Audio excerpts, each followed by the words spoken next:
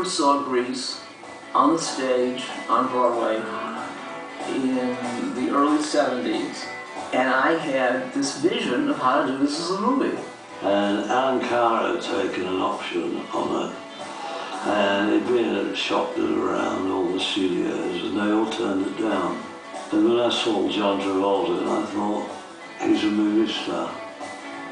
And I put my money where my mouth was and offered him a 3-picture deal. And the first one I used him in was Saturday Night Fever. I thought Grease would be an ideal second film, so I did a deal with Alan to acquire the rights. He became co-producer with me, and that's how it kicked off. And Randall Kleiser, I took a chance on. He'd never directed a feature, but he'd directed John in Boy in a Plastic Bubble. I directed John Travolta in Boy in a Plastic Bubble, and when he was signed to do a 3-picture deal at Paramount, he asked for me to direct one of his movies.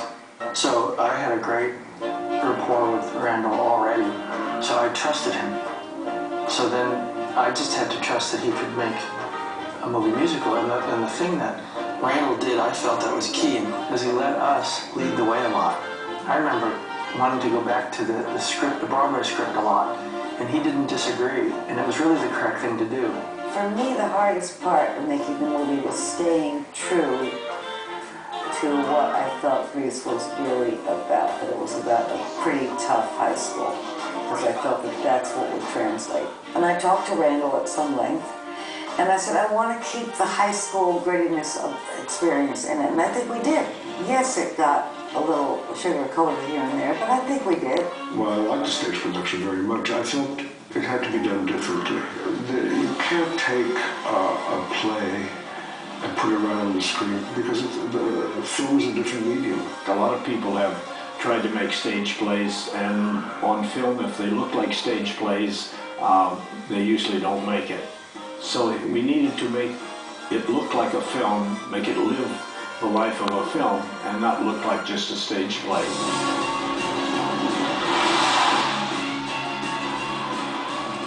John was such a big star when I first worked with him, and he suddenly became a huge star.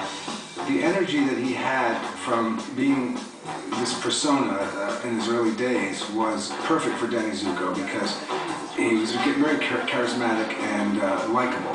He didn't play sexy, he was sexy.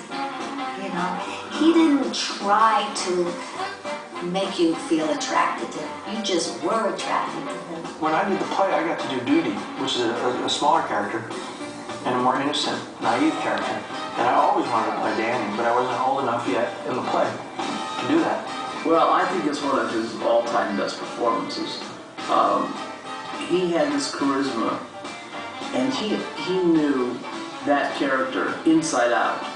He just had a great grip on this, and he was amazing. Oh, Sandy! I knew of Olivia Newton-John. I'd never met her and never knew anything about her. And then I was at Helen Reddy's house for dinner one night, and she was sitting across from me. And apparently he was entertained by me. I was always clowning around and making faces, and so he asked me whether I'd be interested in playing Sandy. And so I said, yes, I'd be interested, but I really would like to do a screen test to see if I'm any good, and to see if the casting with the male lead is going to work. The reason I wanted Olivia in this was because at that time, every guy's dream was to have Olivia Newton-John as their girlfriend.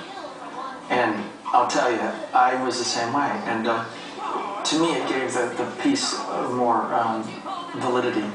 So she requested a screen test. Normally, the studio requests a screen test. In this case, she said, I'll do the movie if I do a test and I feel comfortable.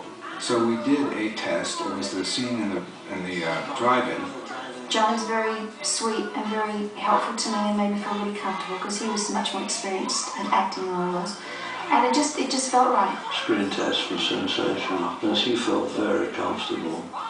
And I wanted her voice as well, because we really needed a beautiful voice. She was Sandy Dombrowski, was the original cast name, and she was American. So, well, I don't know if I'm going to act, and I have to think of an American accent. I don't know that I can do this. So they very graciously made her an Aussie. Sandy! Danny! What are you doing here? Well, Jeff Conway was from the Broadway show and was in it for many years. Very interesting story. I played Danny originally. Then they asked me to stay on as understudy for the 9 roles. And the only role I never played was Kaniki. Well, because Jeff Conway had played Danny Zuko on Broadway, he knew the play really well and became like an equal to John in a way. When I first got a call from my agent that they were casting Grease, they said, well, go to Paramount. When you come into a major studio, there's a booth with a security gang, and it's pretty small. But I saw on his desk like a stack of fat scripts. So I said to him, I need to read the script. I don't know what this, I'm auditioning tomorrow. I have to know what the character's about. He said, all right, come here. And I went under the table, which is, come to think of it, kind of weird, because he's standing there and I'm like on his knees, and I read the script. Well, when we were casting for Frenchie, we had people in, but the moment Didi Khan walked in, we stopped looking because we just knew she was Frenchie. She was perfect. Her squeaky voice and her attitude and her character was just right, and so we all just jumped at her.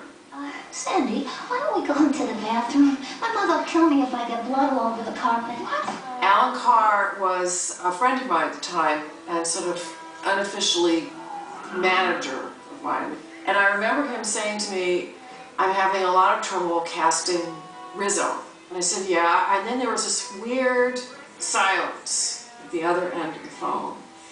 And I said, what? I said, Alan, are you still there? And he said, what are you doing this afternoon?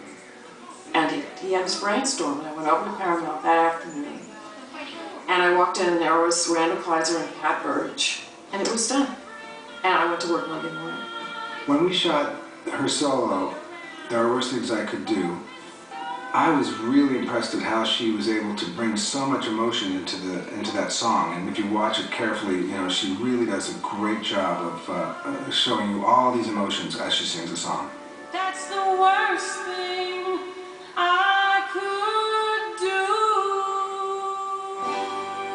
There was great chemistry among the cast, and I think it's because of two things. One, a lot of them had worked together on Broadway doing the play, so they knew the characters and they knew where the laughs were. The second thing was that we had 5 weeks of rehearsal. And the first day we started, we didn't have a rehearsal or a read-through. We had a sock hop. So everybody came and got to know each other. It was like going to high school your first day, so they pulled us all in together, and we all had to like sink or swim, and we'd have a lot of, you know, circle dances and this and that and the other. So you were kind of forced to be going back to some big high school.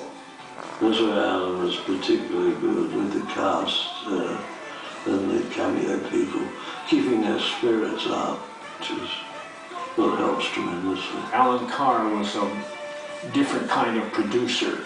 He was hands-on, and the spirit of the film, as far as I'm concerned, came from Alan Carr.